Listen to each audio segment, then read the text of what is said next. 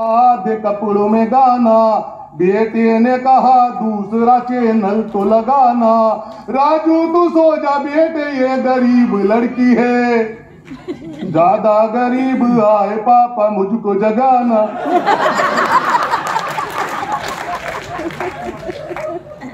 भाई साहब पढ़े रहे कोरोना काल में दिमाग खराब हो गया, सुबह से शाम तक पढ़े रहो। भाई साहब कहाँ जाओ गली घर में, मेरे तो समस्या होगी पढ़े पढ़े। भाई साहब सुबह देखूं मेरी लुगाई, दिन में देखूं मेरी लुगाई, रात में देखूं मेरी लुगाई, दूसरे की दिखी नहीं। भाई साहब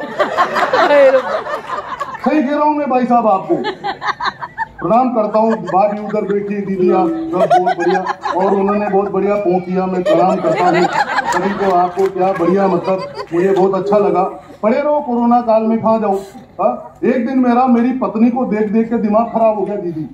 अरे मैंने कहा तनु की मम्मी खाना बना के ला, मैंने कहा भूख लग रही है। वो खाना बना के लाई, मैंने निवाला तोड़ा, मुंह में डाला, मेरा दिमाग खराब था। अरे मैंने कहा तनु की मम्मी इसमें तो स्वाद ही नहीं आ रहा। अगली ने दिल पे ले ली भाई साहब, फोन कर दिया कोरोना सेंटर में, मेरे पति को स्वाद नहीं आ रहा। तुम्हारी कसम भाई साहब, वो पुलिस वाले डॉक्टर आए और मेरे को उठा के ले गए, क्वारंटीन कर दिया। वो तो समझदार, वो एक डॉक्टर साहब आगे मेरे मिलने वाले दीदी, उन्होंने आकर के पूछा कि पंडित जी इधर, मैंने कहा हाँ। अरे का दिमाग पे लोड मत लो, तुम तो ये बताओ पिछले 7 दिनों में तुम्हारे संपर्क में कौन कौन आया। अब मैं बामण आदमी दीदी, मैंने दिमाग लगाया, मैंने कहा मेरी लुगाई, मेरी सासू, मेरा ससुरा, मेरा दादी ससुरा 80 साल का पड़ा था, 6 महीने से खाट पे, उसका भी नाम ले दिया मैंने।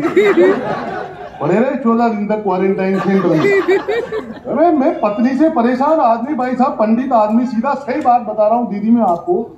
मैं जब मेरी पत्नी जबी मेरी मम्मी का फोन आ गया, पियर में चलो, मेरे बाबूजी का फोन आ गया, आप किधर जा रहे हो, आराम से बैठ देना, जल्दी निकल रहे हो क्या, कोई विशेष परिस्थिति में जाओ,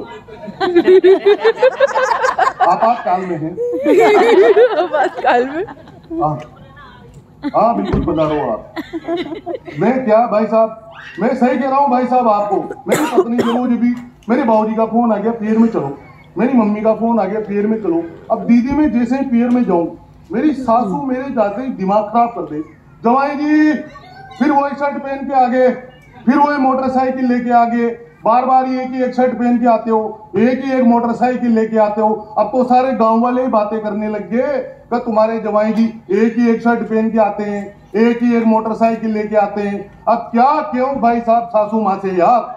दूसरी बार मेरा ससुराल जाने का नंबर आया, जाते ही वही मेरी सासू, जवाई जी, मैंने कहा चुप, फालतू की बातें में नहीं करोगे, मैंने कहा बार बार जवाई जी